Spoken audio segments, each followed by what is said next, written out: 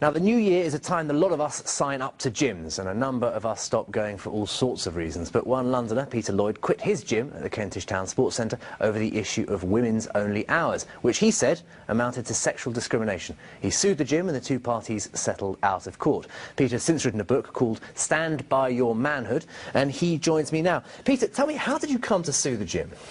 Well, quite simply because it was unfair. It was as simple as that. I've never heard of a business model where you pay for something you don't get. And if the genders were switched in this situation, then it would be a no-brainer. And that is no different because I'm a man. You know, it's 2015 now. I almost said 2014, but it's 2015 now. It's equality is a two-way thing, I'm afraid.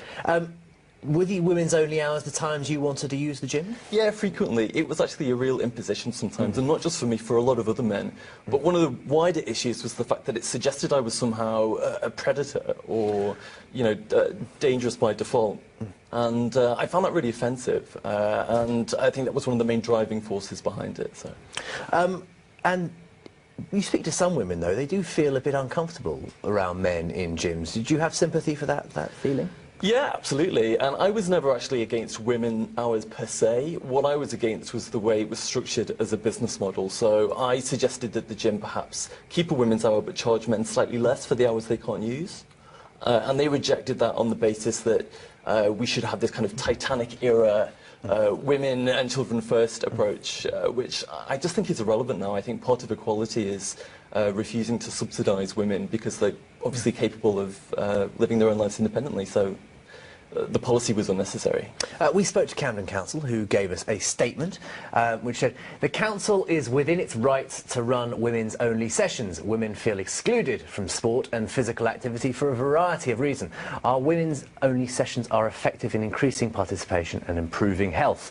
We have a health and physical activity programme for the entire community, including services specifically for other groups, including just men, older people and disabled users. We make absolutely no apology for this. What's your reaction to that? What a joke. I mean, you know, this is just all part of the malaise. You know, they are looking at the wrong end of the telescope here. People talk about how, you know, how women feel and, you know, women are oppressed and depressed and repressed. Actually, the reality is men die sooner than women. If gyms are having policies to improve health, they need to be targeting men and having men-only hours as a priority, not women-only hours. We also sent one of our reporters up to the gym this morning to speak to local users, who I believe we're going to play you now. I think this guy's being an entitled idiot. I think he's displaying a lack of understanding for the emotional and religious situation of a number of women. I think he's refusing to take that into account. I think the gym is actually being quite reasonable in terms of settling it out of court. I don't think that's necessarily a bad thing. I completely support them having women-only hours, and also if there's a market for men-only classes or men-only hours, then that's okay as well. I don't think that's necessarily a bad thing, but I think that certainly women, for reasons of structural inequality, which this guy seems to completely have ignored, need safe spaces in ways that men don't necessarily. Quite strong words from there. How do you feel about that? Well, I mean, I just take it all with a pinch of salt. That's just kind of the typical knee-jerk response that you hear all the time. I have rights to be at a space that I pay for and have access to as much as she does. I'm no threat to her or anybody else. And quite frankly, women objectify men just as much as men can objectify women. And the most important thing is that people go there for themselves and their own health benefits, not as an excuse to objectify people.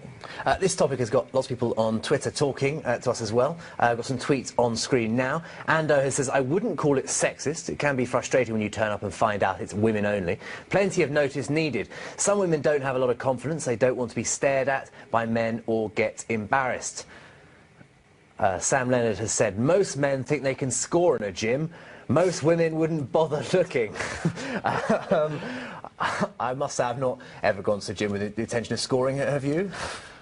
Well, you know, some of the sights I've seen in the gym, no, I definitely do not go there to score, and it's not a very classy place to try and attract somebody anyway. No, look, I mean, we're kind of losing sight of the argument here. We're talking about fairness and equality. If I'm paying for a service, I should be able to access it appropriately and just as much as women can. If the council want to have women hours, they can, but don't expect me or any other men to pay for them. It's as simple as that.